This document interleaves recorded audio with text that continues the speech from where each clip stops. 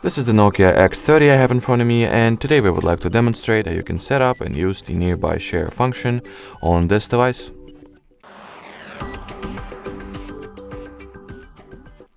So first step that you need to take is to make sure that Wi-Fi, Bluetooth and mobile data options are enabled.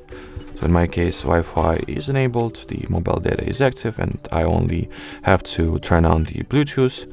Then find the nearby share shortcut among the available icons at the notification panel. So in my case, as far as I can see, it is not present, so I will go for the additional shortcuts menu, look for it over here. Here it is.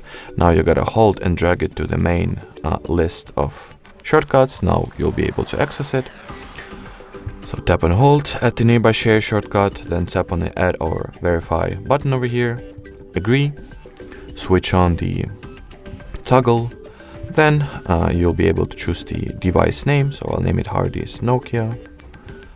Then change the device visibility from hidden to context to everyone. I'll set it to be visible for anybody who is in range, so I'll make it easier to receive files and to test this feature out, of course, as well.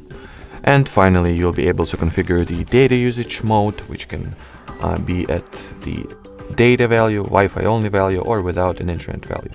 I'll set it to be data, so it will be able to use both mobile data, Wi-Fi, and Bluetooth for transferring files.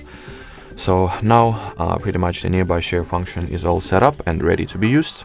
I'll take this little Oppo. Is it Oppo? Yep. So Oppo device I have in front of me to test out how well it will receive the files through nearby share. So I'll open the gallery. Try to transfer this image, let's say. So send via nearby share. Wait until this Nokia gets discovered. Here it is. Then we've got to accept the file on the receiver's end. Accept. Wait for it to get sent, and here it is on our Nokia smartphone. Alrighty, so that would be it for this video, guys. Thank you so much for watching, thank you so much for your attention, and bye bye.